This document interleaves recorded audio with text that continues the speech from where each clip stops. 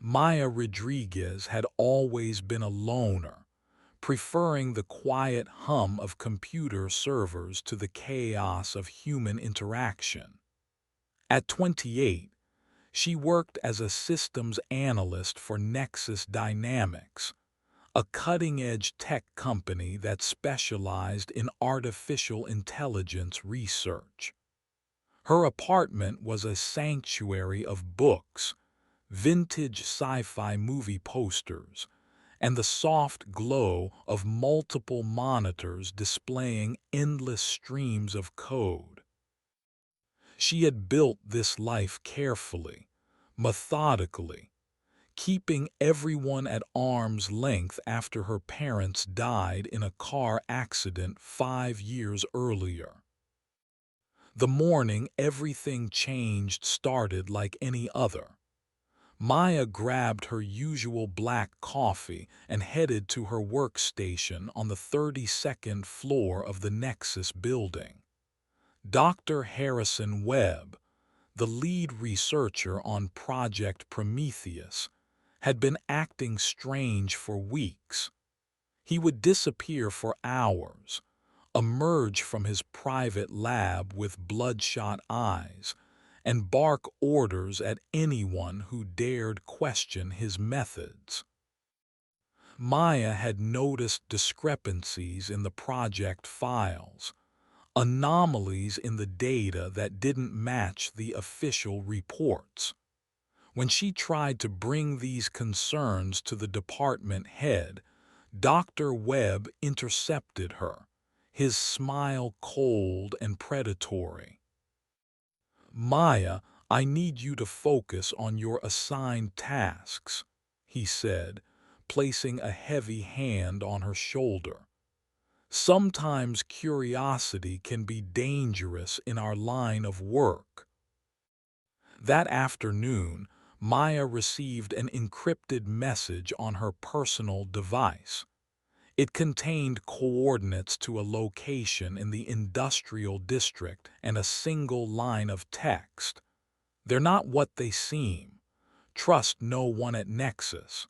Come alone if you want the truth."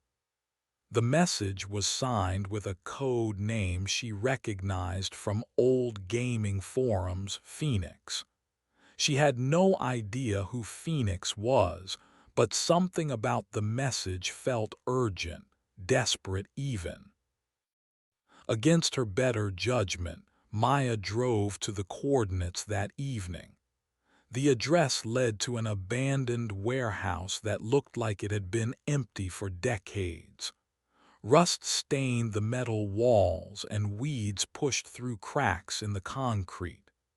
As she approached the entrance, she heard a low, mechanical growling sound that made her skin crawl.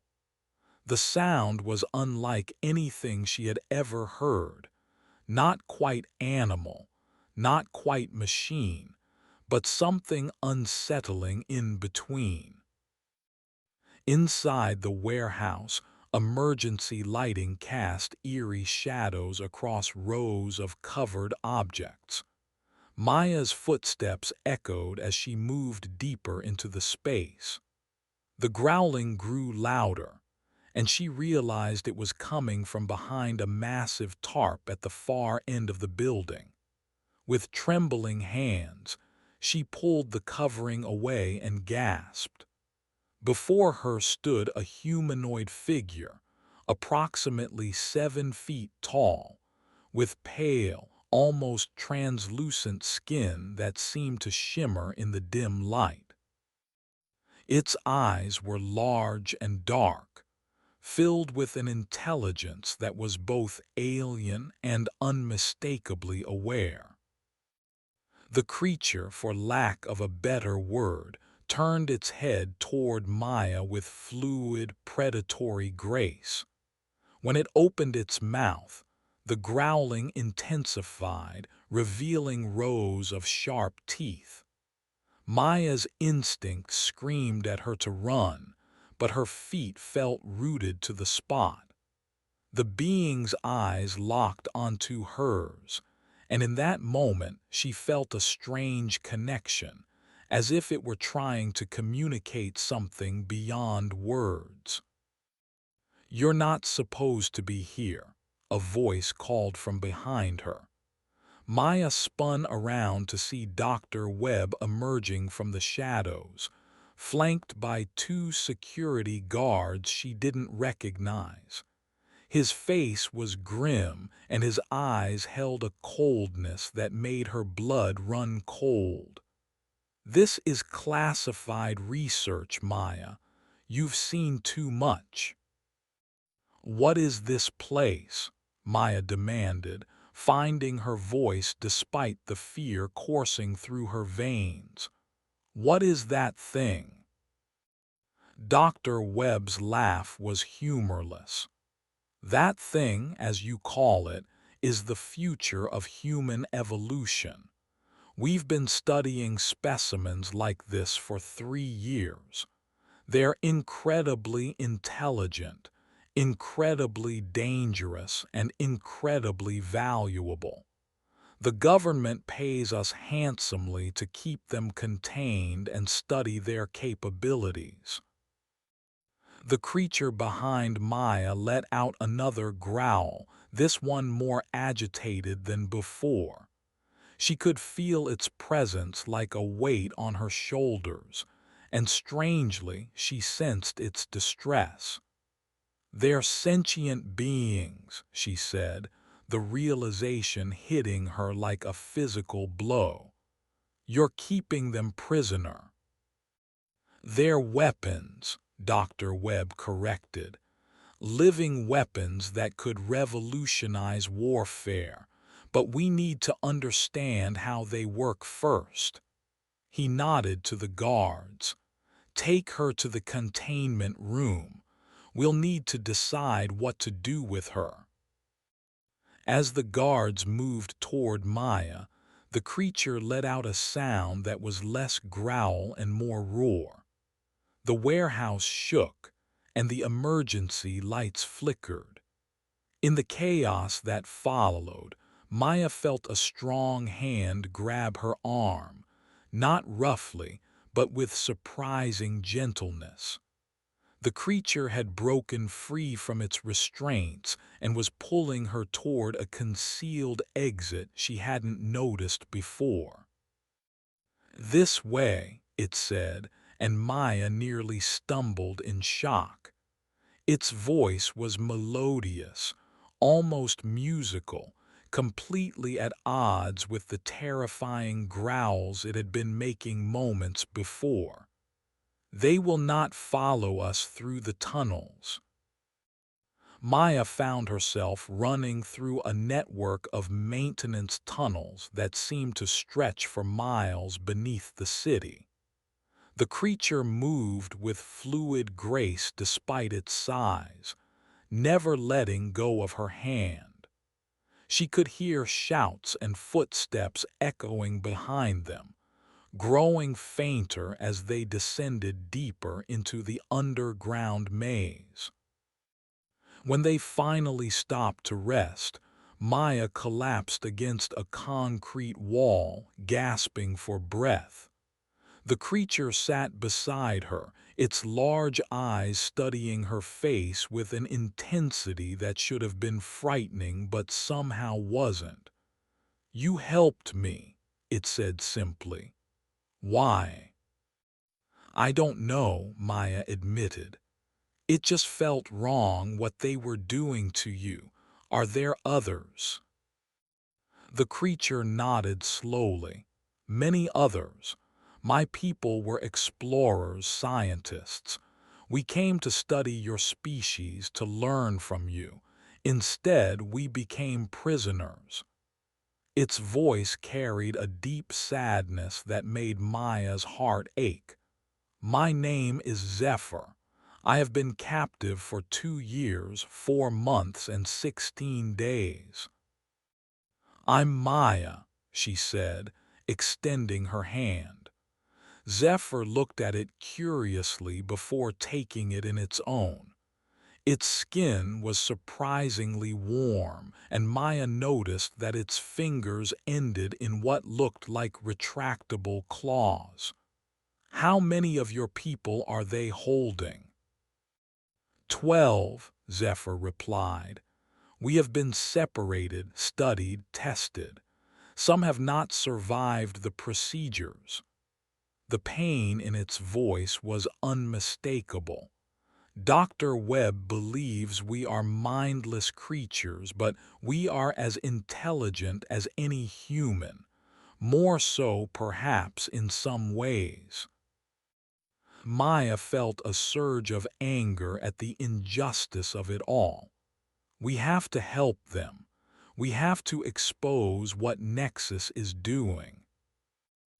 Zephyr's expression grew troubled. It is dangerous. Your Dr. Webb has powerful connections. Government officials, military leaders.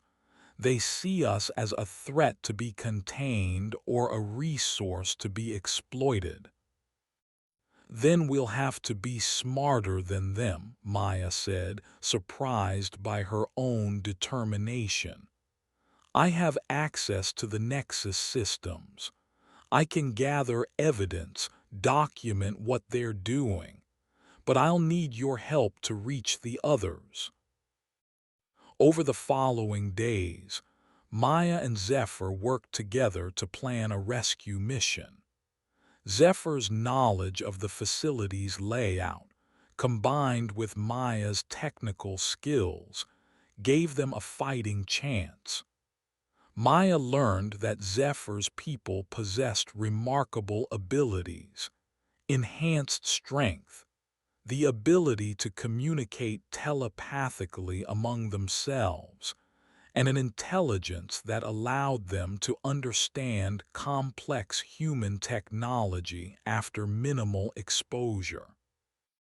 We never intended to be your enemies, Zephyr explained as they mapped out security protocols.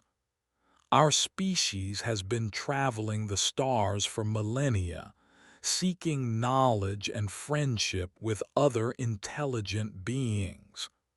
Earth was meant to be a cultural exchange, not a battleground. Maya found herself drawn to Zephyr's gentle nature and profound wisdom.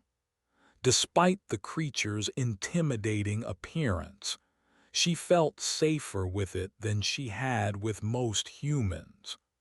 There was something pure about Zephyr's perspective on the world, untainted by the cynicism and greed that seemed to drive people like Dr. Webb.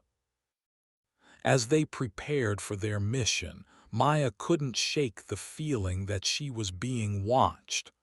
Her apartment felt different, as if someone had been inside while she was away. At work, Dr. Webb's eyes followed her every movement, and she noticed new security cameras in areas where there had been none before. The pressure was mounting, and she knew they were running out of time. The night of the rescue arrived with a storm that provided perfect cover for their activities. Maya had used her access codes to disable certain security systems, creating windows of opportunity for Zephyr to move through the facility undetected. The plan was ambitious.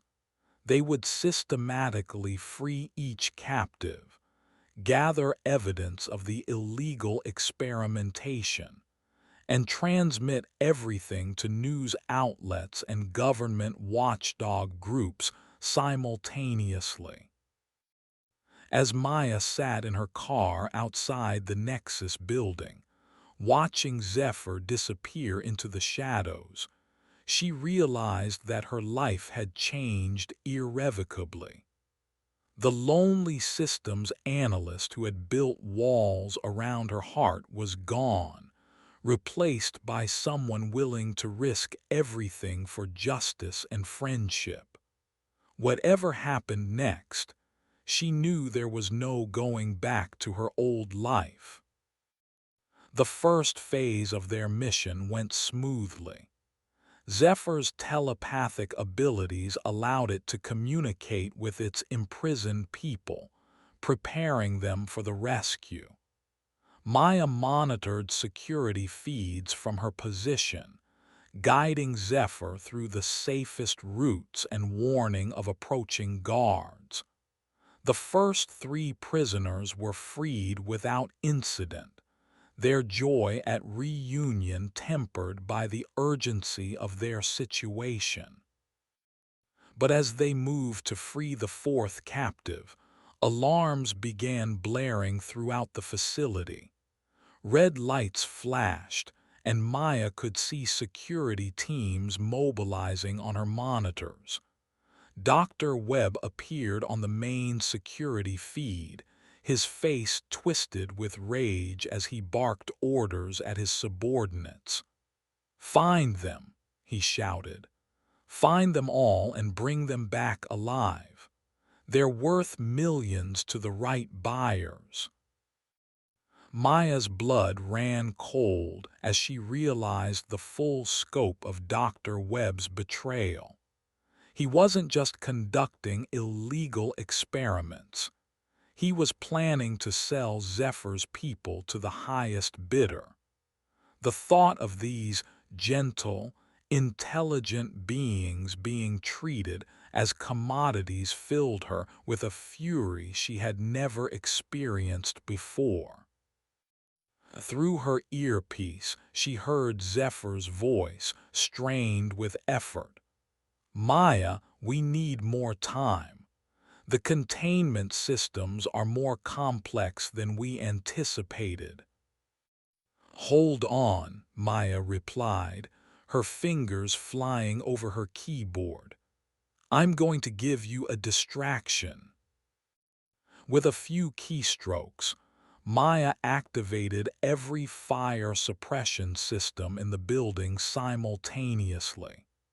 Sprinklers activated, alarms screamed, and emergency lighting kicked in throughout the facility. In the confusion that followed, Zephyr and the freed prisoners were able to reach the remaining captives and begin the final phase of their escape. But Dr. Webb was not finished. As Maya watched in horror, he activated what appeared to be some kind of failsafe system. Steel barriers began descending throughout the building, sealing off exit routes and trapping Zephyr's people inside. "If I can't have them," Dr. Webb's voice echoed through the facility's intercom system, "then no one can. Initiating Containment Protocol Omega." Maya realized with growing dread that Dr. Webb was willing to kill everyone in the building rather than lose his valuable prisoners. The containment protocol was designed to flood the facility with a sedative gas that would render the aliens unconscious. But Maya had seen the medical files. The concentration levels Dr. Webb was planning to use would be lethal to both human and alien physiology. Without hesitation, Maya abandoned her position and raced into the building. She had to reach Zephyr and the others before the gas deployment began. As she ran through corridors filled with flashing lights and the sound of alarms, she could hear Dr. Webb's voice over the intercom, counting down to gas deployment. She found Zephyr and the 11 freed prisoners trapped in a maintenance area, the steel barriers having sealed them in with no apparent way out.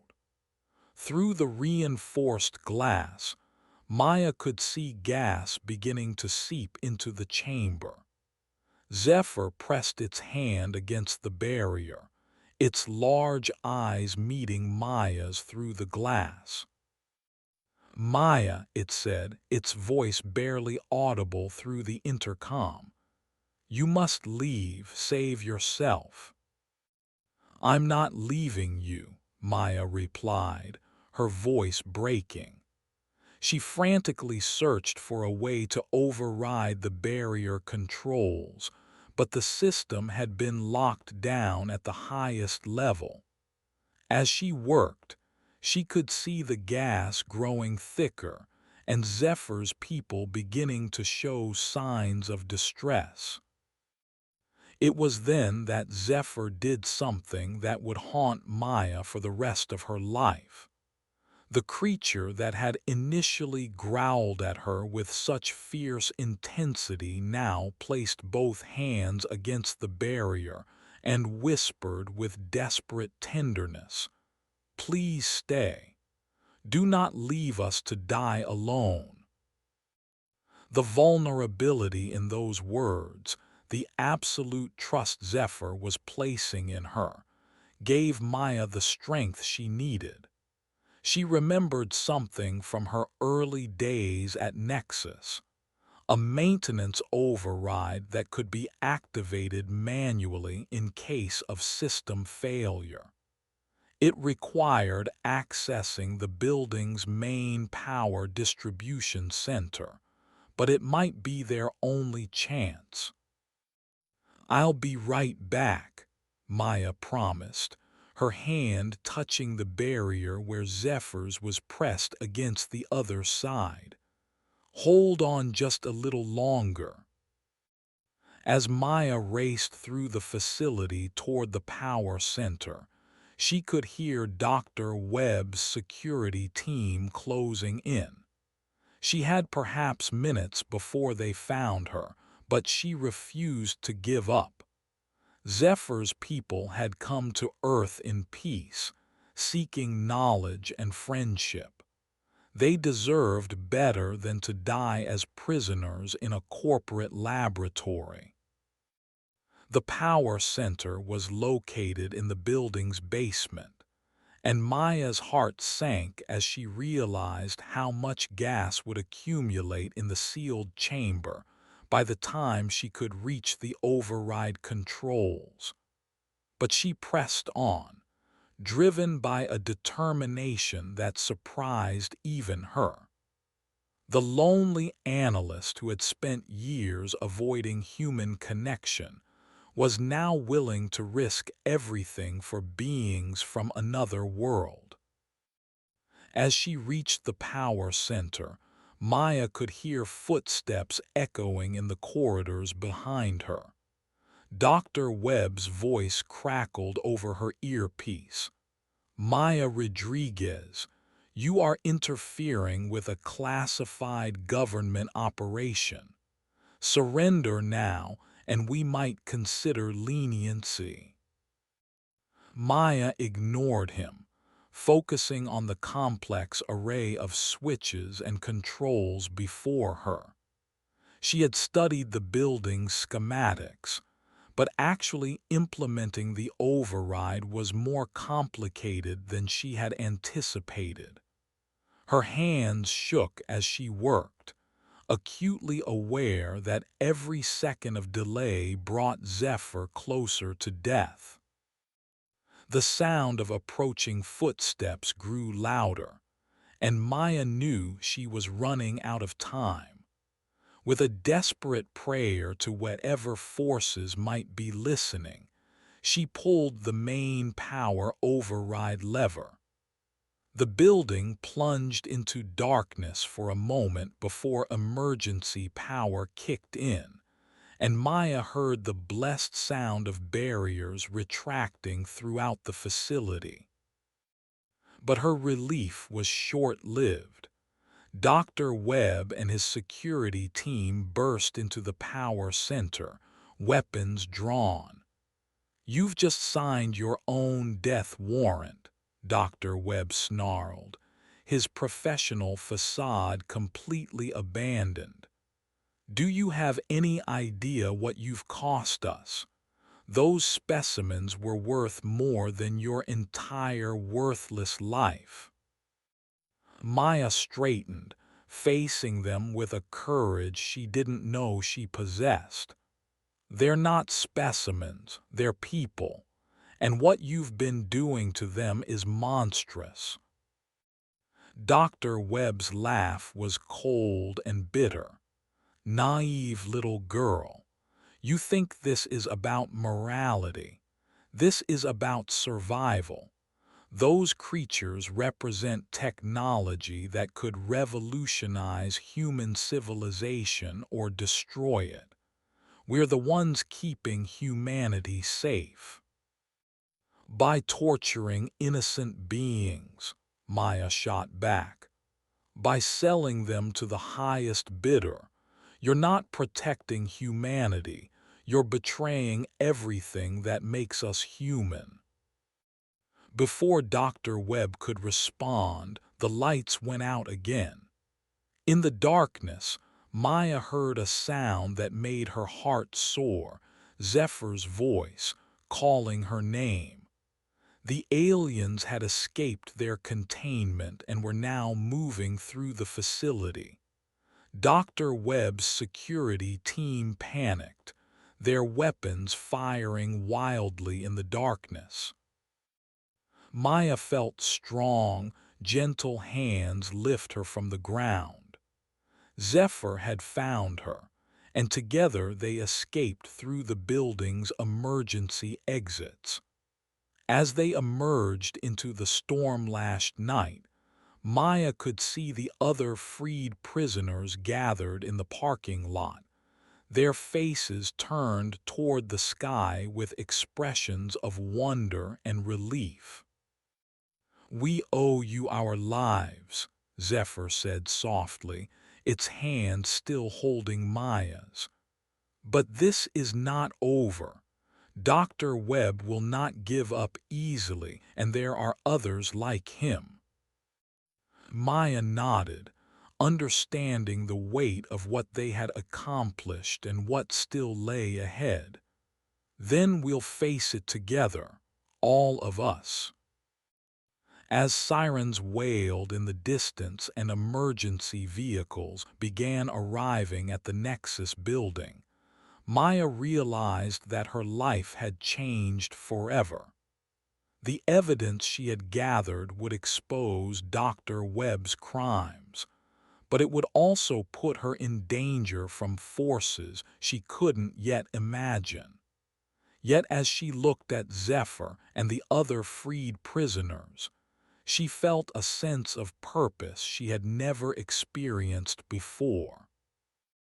The creature that had once growled at her in warning had become her closest ally, and the whispered plea to stay had transformed into a promise of partnership.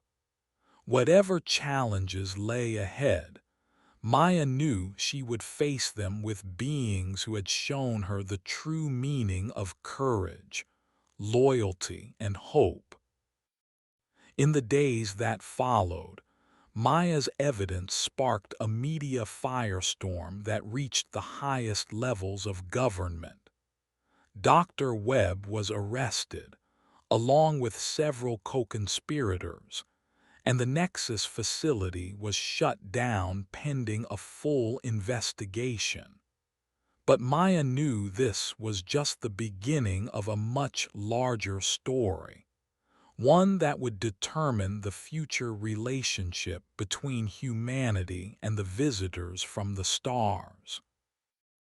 As she sat in her apartment, now serving as a temporary safe house for Zephyr and the other freed prisoners, Maya marveled at how much her life had changed. The walls she had built around her heart had been torn down, replaced by connections deeper than she had ever imagined possible. She had found her purpose in the most unlikely place, and it had transformed her from a lonely observer of life into an active participant in something greater than herself. Zephyr approached her as she worked on her laptop, documenting their story for the world to read. "You saved us," it said simply. But more than that, you gave us hope that not all humans are like Dr. Webb. Maya looked up at her unlikely friend, seeing past the alien features to the gentle soul beneath. "You saved me too," she replied. "I just didn't realize how much I needed saving until I met you."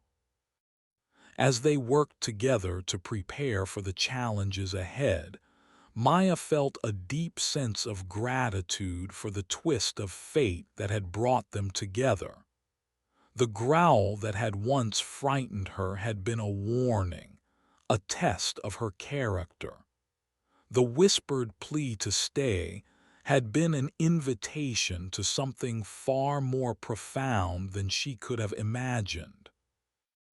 The story of Maya Rodriguez and Zephyr would become legend, a testament to the possibility of friendship across the vast distances of space and the barriers of prejudice and fear.